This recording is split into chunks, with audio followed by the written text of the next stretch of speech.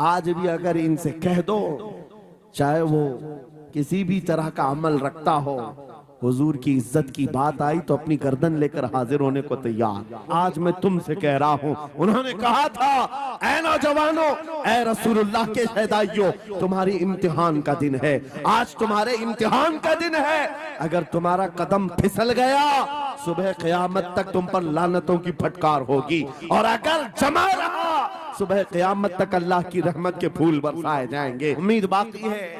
खुराफात आ गई है, मुझे पता है, गलत काम बहुत आ गए हमारे मोहल्ले में। मुझे सुबह से बताया गया बहुत सारे, ये एक मोहल्ले का अलमिया नहीं है। हम जहाँ जा रहे हैं, शहरों के शहर नशे में तबाह हैं, बर्बाद हैं, लेकिन साथ में मुझे इस बात का यकीन है, हुजूर की ये उम्मत गुनहगार तो हो गई है लेकिन गद्दार नहीं है। क्या बात है, बात हुजूर की गद्दार नहीं है। आज भी अगर इनसे कह दो, चाहे वो किसी भी तरह का अमल रखता हो, हुजूर की इज्जत की बात आई तो अपनी गर्दन लेकर हाजिर होने को तैयार। सुभान अल्लाह। है या नहीं मेरी इस बात पर? सुनो, खालिद बिन वलीद जब किले का मुहासरा कर चुके हैं, ईसाई पादरी ने अपने सारे साथियों से कहा, हम इनको 3 दिन का टाइम देते हैं कि हम इनको सुलह करने की बात करेंगे, लेकिन मेरी एक शर्त होगी, या अपने नौजवान साथियों को लेकर बाजार से गुजरते हुए आ जाए, अगर सही सलामत इनके सारे फौजी आ गए, हम किले की चाबियां दे देंगे। सारे ईसाइयों ने पूछा, क्या करना क्या चाहते हो? उस पादरी ने कहा, मुल्क की मशहूर खूबसूरत लड़कियों को और जरो जवाहरात को मैं रास्ते पर बिछा दूंगा, नंगी लड़कियों को खड़ा कर रखूंगा। जब खालिद बिन वलीद की फौज यहाँ से गुजरेगी, नौजवान है, नफ्स भड़कता है, और इस तरह से एक नौजवान को खरीदने के लिए 2 ही चीजें होती हैं, एक औरत है, दूसरी दौलत है, और नौजवान इसमें फिसल जाता है। मैं जानता हूं कि जब ये दोनों चीजें सजा कर रख दी जाएं, खालिद बिन वलीद के ये लश्करी टूट पड़ेंगे औरतों पर और दौलत पर, हम आसानी से इन पर काबिज हो जाएंगे। सबने वाह वाह किया, तालियां बजाई, और पादरी आकर खालिद बिन वलीद से कहता है, हम आपसे लड़ना नहीं चाहते, हम आपसे मुकाबला नहीं करना चाहते। आप 3 दिन के बाद अपने लश्करियों को लेकर इस बाजार से गुजरते हुए आ जाइए। सही सलामत अगर आप पहुंच गए तो किले की चाबियां आपके हवाले कर दूंगा। तवज्जो, खालिद बिन वलीद ने कहा, मंजूर है, ये शर्त मैं इत्तेफाक करता हूं। वापस आए, अपने साथियों से कहा, जंग नहीं करनी है, लेकिन एक ही शर्त उन्होंने रखा है, 3 दिन के बाद इस बाजार से गुजर कर हमें जाना है, लेकिन कोई ना कोई हरबा तो होगा, कोई ना कोई साजिश तो होगी, हर चीज के लिए तैयार रहना। खालिद बिन वलीद अपने उन नौजवान लश्करियों से कह रहे थे, ऐ नौजवानों, तवज्जो से सुनना इस बात को, आज भी दुनिया ये सारे हरबों पर अमल कर रही है हमारे साथ, हमारे नौजवानों के साथ। खालिद बिन वलीद के 3 दिन गुजर गए, ईसाइयों ने अपनी तैयारियां खूब कर ली, बाजार में ओरियां लिबास में, आधे लिबास में नंगी लड़कियों को खड़ा किया, सरो जवाहरात दौलत के अंबार बिछा दिए। जब खालिद बिन वलीद के सिपाही मैदान में गुजरते हुए उस बाजार में आते हैं, पहला कदम रखा था, नजरें पड़ गई, खालिद बिन वलीद रुक गए, पलट गए, अपने लश्करियों से कहा, वही आज मैं तुमसे कह रहा हूं। उन्होंने कहा था, ऐ नौजवानों, ऐ रसूलुल्लाह के शहदाइयों, तुम्हारी इम्तिहान का दिन है। आज तुम्हारे इम्तिहान का दिन है। अगर तुम्हारा कदम फिसल गया, सुबह क़यामत तक तुम पर लानतों की फटकार होगी, और अगर जमा रहा, सुबह क़यामत तक अल्लाह की रहमत के फूल बरसाए जाएंगे। नौजवानों ने पूछा, करना क्या है हमें? आज कौन से इम्तिहान में कामयाब होने का तरीका क्या है? इस इम्तिहान में खालिद बिन वलीद ने कहा, कुछ ना करना, बस अपने रसूल की सुन्नत पर अमल करना। कहा, हम तो करते हैं, यहाँ क्या करना है? खालिद बिन वलीद कहते हैं, मैंने मेरे मुस्तफा करीम को देखा है, जब रसूलुल्लाह मदीने के बाजार से गुजरते थे, अपनी नजरें नीची करके जाते थे। आज तुम बाजार से जा रहे हो, बस इस सुन्नत पर अमल कर लो, अपनी हया की नजरें झुकाकर चलना, फिर उसके बाद अल्लाह मालिक है, खालिद बिन वलीद के जोश और वलवले से भरी हुई ये तकरीर ऐसी असर कर गई। वो नौजवान एक दो नहीं थे, सैकड़ों की तादाद में थे, सर झुकाए बाजार से ऐसे चल रहे हैं। तारीख निगार कहते हैं वो इस तरह से चल रहे थे कि उनके सरों पर अंडा भी रख दिया जाता तो नहीं गिरता, न इधर हिलाए न उधर हिलाए, न इधर देखे न उधर देखे, और बराबर अपनी नजरें जमीन पर झुकाए हुए तेजी से चलते हुए उस किले के फाटक तक पहुंच गए। वहां वो पादरी साहब इंतजार में थे, भटक गए होंगे, औरतों से लिपट गए होंगे, दौलत जमा कर रहे होंगे, मगर ये दीवाने ठुकराते हुए हर दौलत और उरियानियत को उस किले के फाटक तक पहुंच गए। पादरी सामने आया, किले की चाबियां वादे के मुताबिक खालिद बिन वलीद की गोद में डाल दिया और कहा, एक बात बताओ ऐ खालिद, एक बात तो बताओ, ये जो तुमने जमात, ये जो तुमने लश्कर जमा किया है सिपाहियों का, ये इंसान है या फरिश्ते हैं? इनके दिल है या नहीं? इनकी ख्वाहिशात है या नहीं? इनके जिस्मों में नफ्स है या नहीं? हमने मुल्क की सबसे खूबसूरत तरीन औरतों को खड़ा कर दिया था, दौलत को बिछा दिया था, इनमें से एक भी की तरफ तवज्जो नहीं किया। खालिद बिन वलीद मुस्कुराकर जो जवाब देते हैं वो हमारा ईमान होना चाहिए। क्या जवाब देते हैं? फरमाते, नादान ऐसा ही उन आंखों को तू खरीदने की कोशिश कर रहा था जिन आंखों में पहले से जमाले मुस्तफा बसा हुआ।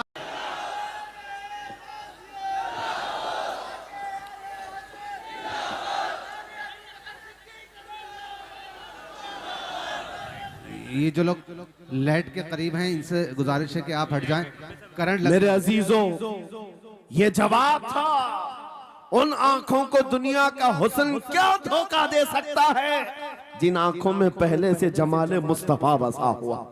और तारीख ने बार बार ये गुमराह करने की कोशिशें की, एक बार नहीं, दो बार नहीं। कलयुबी में एक हिकायत है, हजरत शहाबुद्दीन कलयुबी ने लिखा है, तीन भाई एक ईसाई बादशाह की कैद में आ गए थे। तीनों सगे भाई थे और जवान भी थे। जवान ज्यादा है इसलिए खिताब कर रहा हूं, इसका मतलब ये नहीं है कि बूढ़ों के लिए कोई नसीहतें नहीं। इंसान है, नफ्स है, तो सबके लिए, सबके लिए है। तीन जवान कैद में आ गए। बादशाह ने उनको ऑफर दिया कि मेरे दीन में आ जाओ, मैं सिपाही बना लूंगा, वजीर बना लूंगा। मगर वो रसूलुल्लाह के गुलाम थे, मेरे आका के शहदाई थे। कहा, इतनी आसानी में तो हम दीन नहीं बेच सकते। तवज्जो है नौजवानों, ये सब तुम्हारे साथ हो रहा है। दौलत तुम्हें दिखाकर, हुस्न तुम्हें दिखाकर अगर दुनिया खरीद सकती है तो लानत है ऐसे तुम्हारी जिंदगी पर, तुफ है। फिर वो कैसा ईमान वाला है, कैसा मुसलमान है जिसने अपने नबी की मोहब्बत को हल्की चीज में बेच दिया? उसका कोई ताल्लुक नहीं है। अला ला ईमान लिमल्ला मोहब्बत अला, आला हजरत ने लिखा है, उसका ईमान ही नहीं जिसके दिल में मेरे आका की मोहब्बत नहीं। क्या बात है, अगर मोहब्बत है तो सौदा नहीं करोगे। तीन भाई एक बादशाह की कैद में आ गए और उनको ऑफर दिया गया, दीन बदल लो, हमारे दीन में आ जाओ, छोड़ देंगे। सख्त थे, जमे हुए थे, डटे हुए थे। कहा नहीं, कहा जल्लाद को बुलाओ, कोड़े मारो। कहा तैयार हैं हम।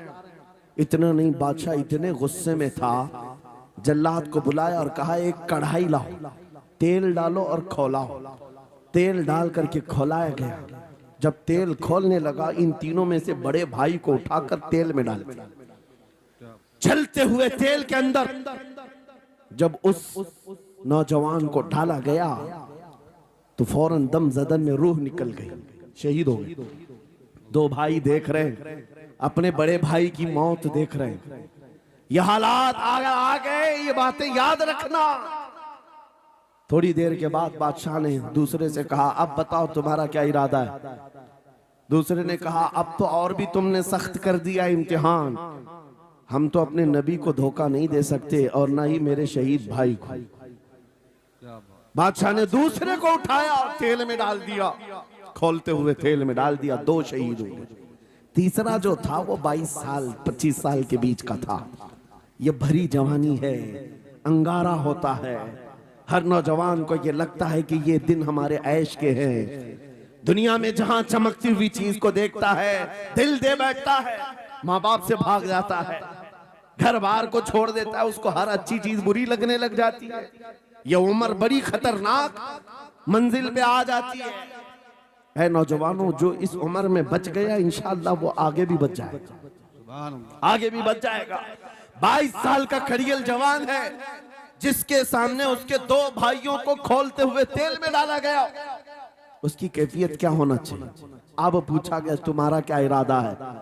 कहा इस तरह तुम 100 बार भी तेल में डालोगे तो मैं यही कहूंगा मेरा रसूल मोहम्मद सुभान अल्लाह सल्लल्लाहु अलैहि वसल्लम, हमारे आका मोहम्मद सल्लल्लाहु अलैहि वसल्लम हैं, मैं यही कहूंगा। बादशाह इतने गुस्से में था, कहा कि इसको चीर दो, इसको काट दो। वजीर था बादशाह का चालाक, उसने कहा इसको कत्ल कर देने, मार देने से कुछ होगा नहीं, मुझे 1 महीने का टाइम दे, इसको चेंज करके लेके आऊंगा, अगर नहीं लाया तो मेरी जिंदगी दांव पे लग जाए। बादशाह ने कहा ले जाओ, 1 महीने का टाइम है, इसको बदल करके लाओ। वजह यह थी कि उस वजीर के घर में बड़ी खूबसूरत लड़की थी जिसके रिश्ते के लिए बड़े बड़े बादशाहों के शहजादों के पैगामात आते थे। वजीर ऐसा था कि इस एक नौजवान पर अपनी पूरी मेहनत सर्फ करना चाहता था। घर लाया, कमरे में रखा, अच्छी ग़िज़ाएं दी, कहा मैं तुझे मारना नहीं चाहता, कुछ नहीं, तू अपनी जिंदगी में मस्त रह। उस नौजवान ने कहा ठीक है। उसके बाद अपनी बेटी को लगा दिया, ए बेटी तेरे पास तेरे बाप को बचाने के लिए एक ही काम है, इस जवान का दिल जीत करके लिया, बादशाह से जो चाहे तुझे दिला दूंगा। उस लड़की ने कहा ये तो चुटकी का काम है मेरा। जिसके पास हुस्न होता है उसे ऐसा लगता है हर किसी को अपने दामे फरेब में फंसाएगी। इतना आसान नहीं है, हर कोई लट्टू नहीं होता। रात को जब ये लड़की आती, नौजवान मुसल्ला बिछाता, सजदे में चला जाता, और वो खड़ी रहती, बैठी रहती, खड़ी होती, बैठी होती, रात गुजर जाती, वो ओंग ओंग कर चली जाती।